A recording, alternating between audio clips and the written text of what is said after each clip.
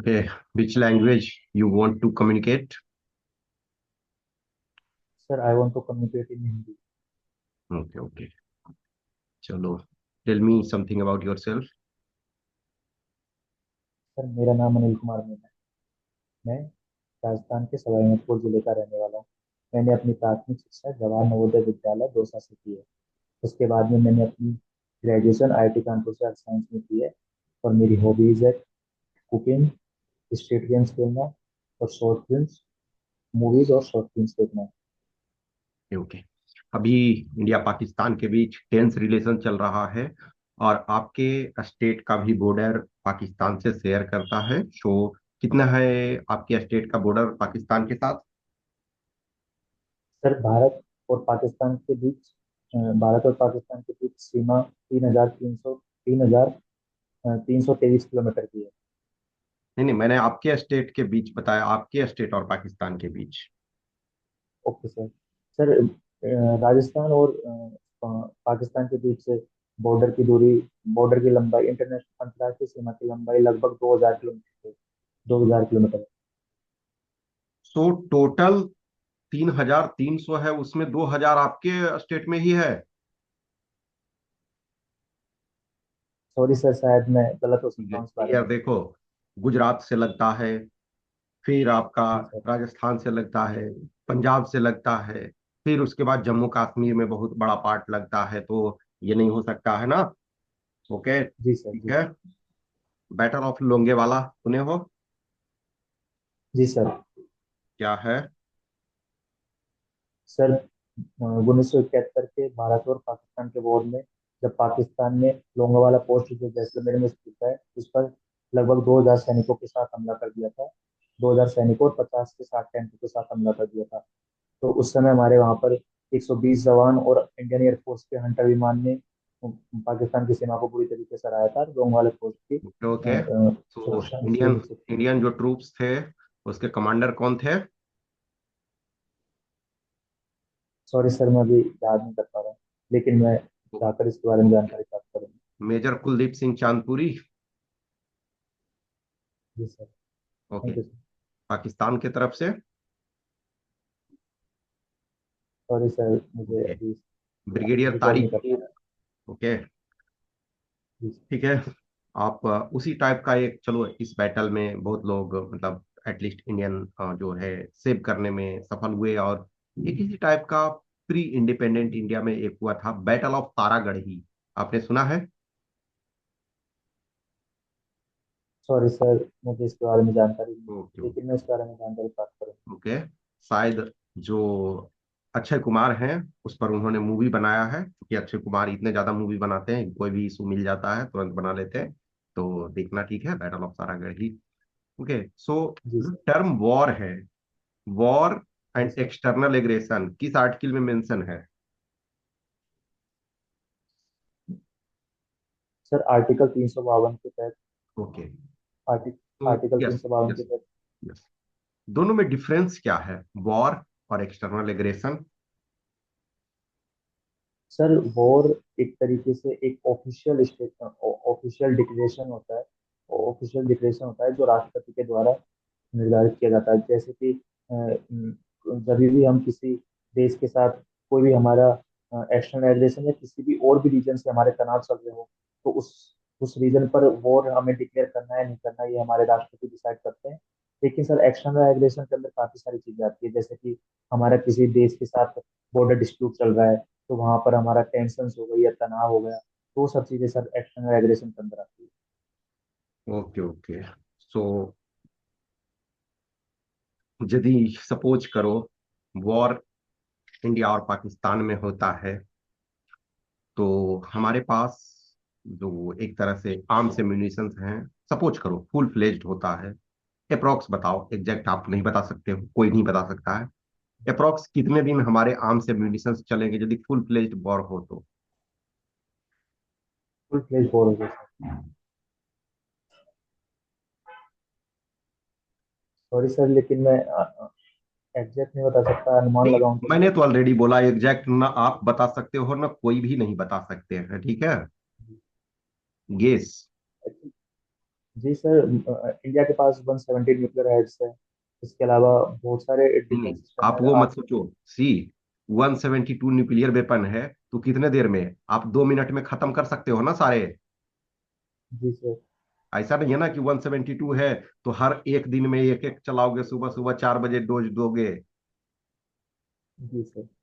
चलो ठीक है, कोई बात नहीं। देखो, नॉर्मली कोई भी कंट्री, जैसे इंडिया का कंडीशन है, फुल फ्लेज वॉर होता है तो आपके पास 15 डेज to 20 डेज होता है। इम्यूनिशन सा भी है।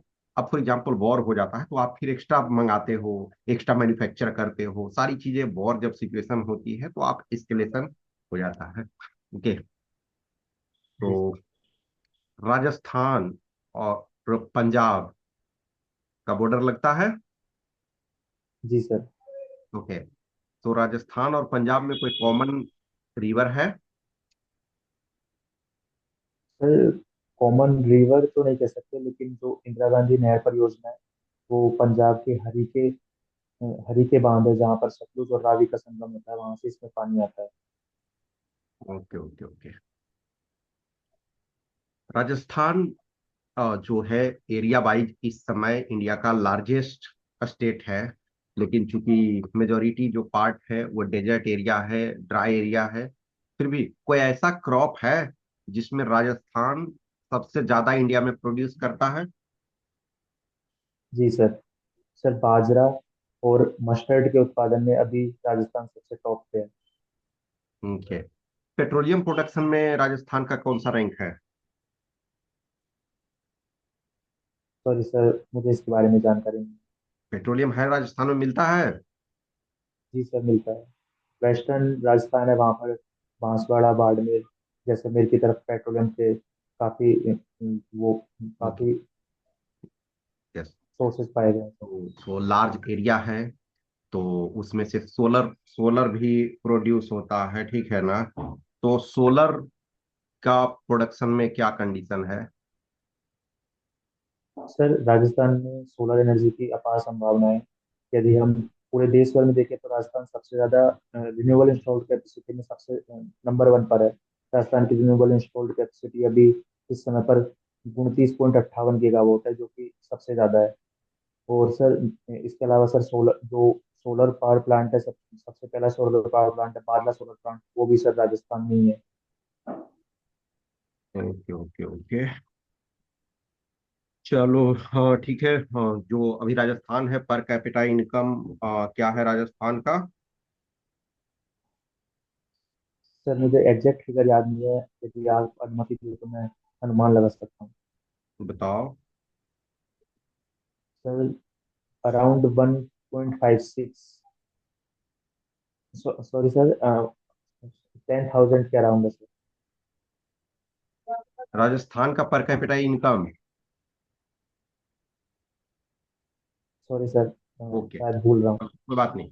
भारत का।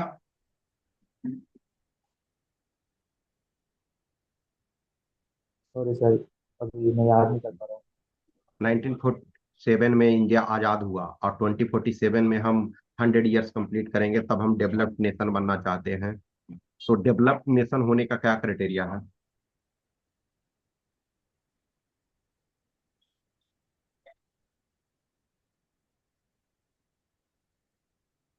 सॉरी सर, इसके बारे में मुझे जानकारी नहीं है, लेकिन सर जो डेवलप्ड नेशन है वो यूनाइटेड नेशंस के द्वारा शायद स्टेटस दिया जाता है इसका। तो उसमें कुछ कंडीशंस है, उसके बारे में अभी मुझे पूरी तरीके से जानकारी नहीं ठीक है। आपका बॉडी मास इंडेक्स क्या है पर प्रेजेंट में, बीएमआई। है। बॉडी मास इंडेक्स एग्जैक्ट याद नहीं है, लेकिन जब फिजिकल के टाइम सर 24.4 के अराउंड था। तो उसके बाद गेन कर चुके हो ना। हाँ सर, उसके बारे में मैंने कुछ वेट गेन किया है। ओके। तो ओबेसिटी किसको बोलते हैं। सर ओबेसिटी मुख्यतः मोटापे के लिए बोलते हैं। तो हम जब अनियमित रूप से बाहरी खाने, फास्ट फूड ओके। आदि का। तो ओबेसिटी जब ओबेसिटी के लिए बीएमआई कितना होता है। सर 25 से ऊपर बीएमआई ओबेसिटी का। नहीं, 25 से ओवरवेट होता है, 30+ को ओबेसिटी बोलते हैं, ठीक है। जी सर, तो जी, थैंक यू। इंडिया जो ऑयल प्रोडक्शन है, एडिबल ऑयल का जी सर, अप्रोक्स कितना परसेंट टोटल कंजम्पशन का इंपोर्ट करता है?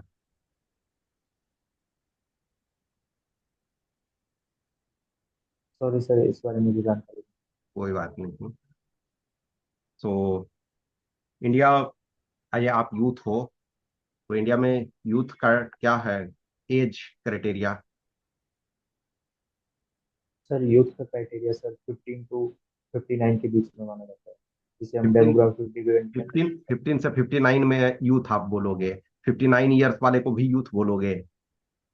Everyone is sorry not sir in 50। Army dear, वो डेमोग्राफिक सर, डिविडेंड है। जी सर, 15 to 29 सर। ओके।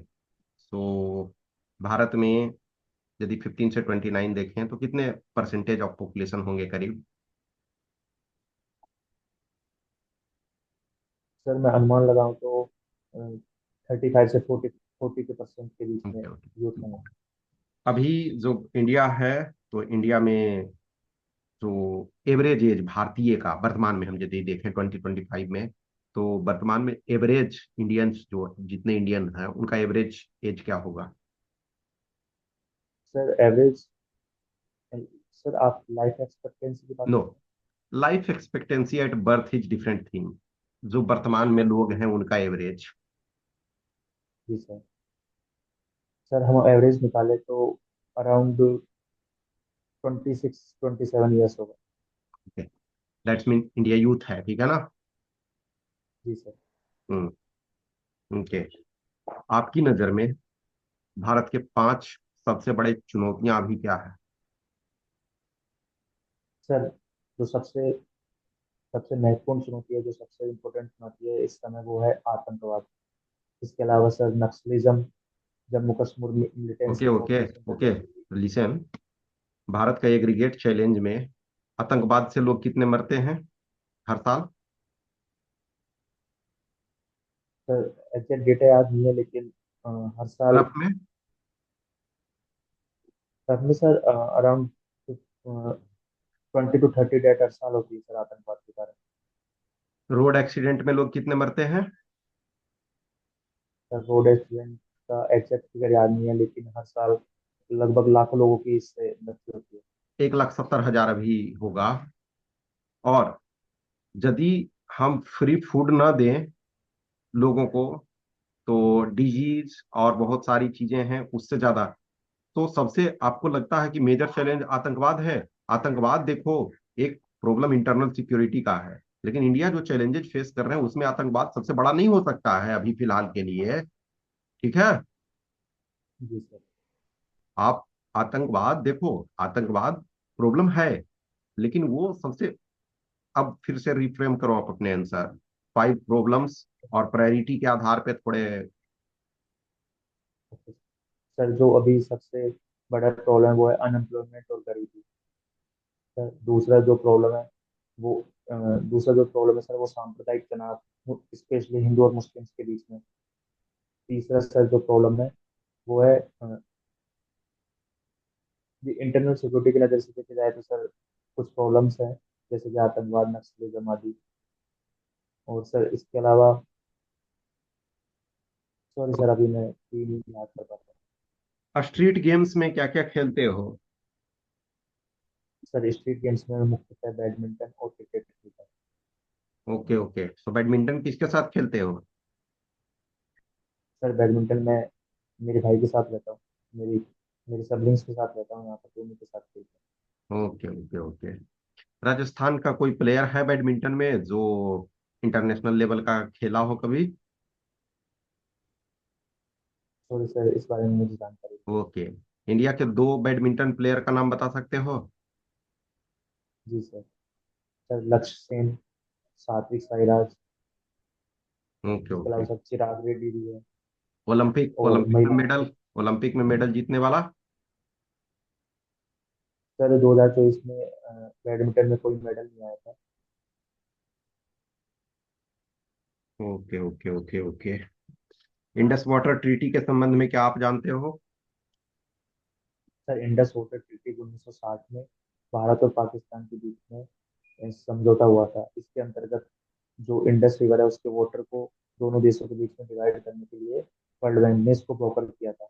इसके अंतर्गत सर जो इंडस, झेलम और चेनाब रिवर है उसका पानी पाकिस्तान को सौंपा गया था और उस पर कुछ सीमित अधिकार भारत को दिए गए थे। जैसे कि भारत उन पर run of the river dams बना सकता है, और उसका पानी का यूज इरिगेशन आदि के लिए भी कर सकता है, लेकिन उसे रोक नहीं सकता। इसके अलावा सर जो ईस्टर्न रिवर्स थी जैसे कि रावी, ब्यास और सतलुज पर 100% अधिकार भारत को दिया गया था। और सर इसके अंतर्गत दोनों देशों के बीच वाटर विवाद को समझाने के लिए 3 स्तरीय डिस्प्यूट मैकेनिज्म का भी गठन किया गया था। Okay okay. इंडिया का न्यूक्लियर डॉक्ट्रिन क्या है? सर इंडिया ने अपनी ऑफिशियल न्यूक्लियर डॉक्ट्रिन 2003 में 2003 में गठित की थी। सर वो है no no first use policy. इसके अंतर्गत इंडिया के भारत एक जिम्मेदार न्यूक्लियर न्यूक्लियर पावर के रूप में अपने आप को दिखाता है। और इसका कहना है कि भारत किसी भी दूसरे देश पर पहले कोई न्यूक्लियर हमला नहीं करेगा। और वह सिर्फ न्यूक्लियर वेपन्स का उपयोग अपने बचाव के लिए करेगा। और अगर उस पर कोई दूसरा देश न्यूक्लियर वेपन्स का हमला करता है तभी सिर्फ वो न्यूक्लियर वेपन का यूज करेगा। ओके। भारत में कुछ ऐसे लोग हैं जो डिमांड कर रहे हैं कि इंडिया को अपना न्यूक्लियर डॉक्ट्रिन चेंज करना चाहिए, आपका क्या ओपिनियन है? सर अ, अभी इस समय के हिसाब से सर मुझे लगता है कि हम न्यूक्लियर डॉक्ट्रिन चेंज करने की जरूरत नहीं है। हालांकि हमें हमारे सिक्योरिटी चैलेंजेस है, लेकिन हम भारत हमेशा ही से ही एक जिम्मेदार देश रहा है। हम हमारी पॉलिसीज से दे सकते हैं, जैसे कि हम वसुधैव कुटुंबकम को प्रमोट करते हैं। हम सबसे बड़े एक लोकतांत्रिक देश हैं। तो सर मेरे अकॉर्डिंग ये हमारी न्यूक्लियर डॉक्ट्रिन को चेंज करना सही नहीं होगा। यदि हम इसे चेंज करते हैं तो इससे जो हम डिसआर्मामेंट की बात करते हैं और जो न्यूक्लियर रेस है वो भी ज्यादा शुरू हो सकती है सर। ओके। न्यूक्लियर बॉम्ब जो है, देखो दो बॉम्ब है, एक हाइड्रोजन बॉम्ब और एक न्यूक्लियर बॉम्ब जनरली। तो न्यूक्लियर बॉम्ब जी किस सर। प्रिंसिपल पे वर्क करता है? Sir nuclear bomb nuclear fusion के प्रिंसिपल पर वर्क करता है। कुछ और, ये अधूरा आंसर है, थोड़ा और।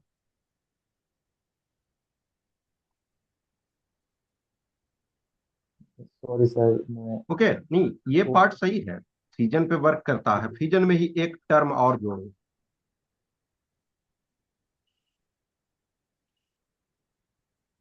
न्यूक्लियर देखो, फ्यूजन रिएक्ट जब भी बॉम्ब है तो अनकंट्रोल्ड होगा, ठीक है, अनकंट्रोल्ड न्यूक्लियर फ्यूजन।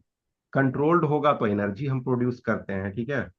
जनरली जो जी सर। बॉम्ब होता है, सपोज यूरेनियम बॉम्ब सपोज है, तो उसमें इनरिचमेंट जो होता है, यूरेनियम इनरिचमेंट जानते हो जी सर। क्या होता है? सर यूरेनियम को हम एक न्यूक्लियर फ्यूल की तरह इस्तेमाल करते हैं। तो उससे पहले उसको फ्यूल की तरह इस्तेमाल करने के लिए हमें उसको एनरिच करना पड़ता है। उसमें जो इम्प्योरिटीज होती है उनको हटाना पड़ता है। किससे किस में ट्रांसफर करते हैं? एक्चुअली इनरिचमेंट में वन फॉर्म से अदर फॉर्म में ट्रांसफर करते हैं। सर यूरेनियम तो सर जब न्यूक्लियर फ्यूजन के अंदर डिवाइड होता है तो वो बेरियम और क्रिप्टॉन के अंदर डिवाइड होता है। ओके। सर सो जब यूरेनियम इनरिचमेंट हम बॉम्ब ग्रेड के लिए करते हैं तो मिनिमम कितना परसेंट इनरिचमेंट होना चाहिए? सर एग्जैक्ट फिगर मेरे को याद नहीं है, लेकिन 1.2 या 3% कितना है। कितने? सर 1 सॉरी सर मैं ओके। शायद गलत याद कर पा रहा हूँ। यस, मिनिमम 20% चाहिए बॉम्ब ग्रेड के लिए, ठीक है। ओके। तो इंडिया के पास बहुत सारे मिसाइल्स हैं। कौन वन फॉर एग्जांपल, ये बैलिस्टिक मिसाइल और क्रूज मिसाइल। किसी क्रूज मिसाइल का नाम बता सकते हो? सर ब्रह्मोस मिसाइल एक सुपरसोनिक क्रूज मिसाइल है। कौन सा? ब्रह्मोस। ओके ओके, ब्रह्मोस का रेंज क्या है? सर ओरिजिनली जो ब्रह्मोस का रेंज था वो 290 किलोमीटर था, लेकिन जब इसे ब्रह्मोस ईआर बनाया गया है एक्सटेंडेड रेंज, तो उसका भी रेंज 500 किलोमीटर के अराउंड है। Okay okay. और तो सर, ओरिजिनली इंडिया 290 क्यों रखे हुए था, कम रेंज क्यों रखे हुए था, कुछ क्लॉज था, कुछ ऐसा चीज था? सॉरी सर, इसके बारे में मुझे जानकारी नहीं। ओके। MTCR नाम सुने हो? जी सर। क्या होता है?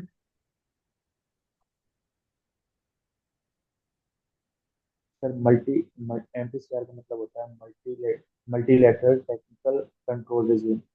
So technology. Missile missile technology control regime, ठीक है। जी सर। तो जब इंडिया MTCR का मेंबर नहीं था और कोई दूसरा कंट्री के साथ आप जब वेपन बना रहे हो, तो मिसाइल मोर देन 300 किलोमीटर से अधिक रेंज नहीं रख सकते हो। सिंस इंडिया अपने दम पे इंडिजिनस जो है, वो उसमें आप रेंज रख सकते हो, लेकिन किसी कोलेबरेशन जब कर रहे हो तो वो कंडीशन था। तो इस वजह से, चूंकि ये रसिया और इंडिया का ब्रह्मोस ज्वाइंट वेंचर है, तो इस वजह से आप उसको कम रख सकते हो, ठीक है। इंडिया के पास थैंक यू। जो सबमरीन है, कौन सा सबमरीन ऐसा है जिससे हम न्यूक्लियर वेपन लॉन्च कर सकते हैं?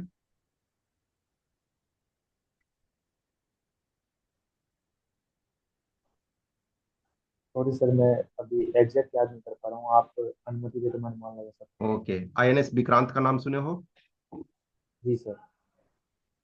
सॉरी, INS विक्रांत ये है वो INS विक्रांत, और ये INS chakra, actually INS chakra and INS Arihant, okay. INS chakra and Arihant. Vikrant जो है एयरक्राफ्ट कैरियर है, okay. Aircraft. Vikramaditya and Vikrant, ये, ओके ओके। जो आप जो IIT में पढ़े हो, उसका कोई स्किल ऐसा आप बता सकते हो जिसको आप जीवन में यूज कर पा रहे हो?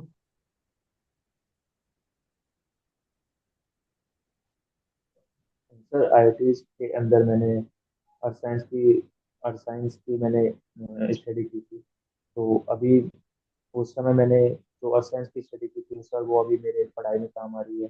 जैसे कि ज्योग्राफी है, उसका सिलेबस अर्थ साइंस में होता है, तो वह सर मेरे काम आ रही है। इसके अलावा सर मैंने कॉलेज के अंदर रहकर कुछ गेम्स में पार्टिसिपेट भी किया था। जैसे कि वहाँ का उद्घोष एक फेस्ट होता है, स्पोर्ट फेस्ट होता है, उसके अंदर मैंने सर खो खो के अंदर पार्टिसिपेट किया था। तो सर वो अभी मेरे कुछ काम आ रहा है सर। जैसे कि मैं फिजिकली और मेंटली फिट रहने के लिए भी अभी गेम खेल रहा हूँ, तो वो सर काम आ रहा ओके ओके ओके। आप अब तक के अपने जीवन में सोसाइटी के बेनिफिट के लिए, सोसाइटी के वेलफेयर के लिए किए हुए दो काम का बताओ। है। जी सर। सर पहला तो यह है कि मैं सर एक ग्रामीण क्षेत्र से आता हूँ, यहाँ पर किसी ने भी सर आईआईटीज या जवाहर नवोदय विद्यालय के बारे में किसी को जानकारी नहीं है।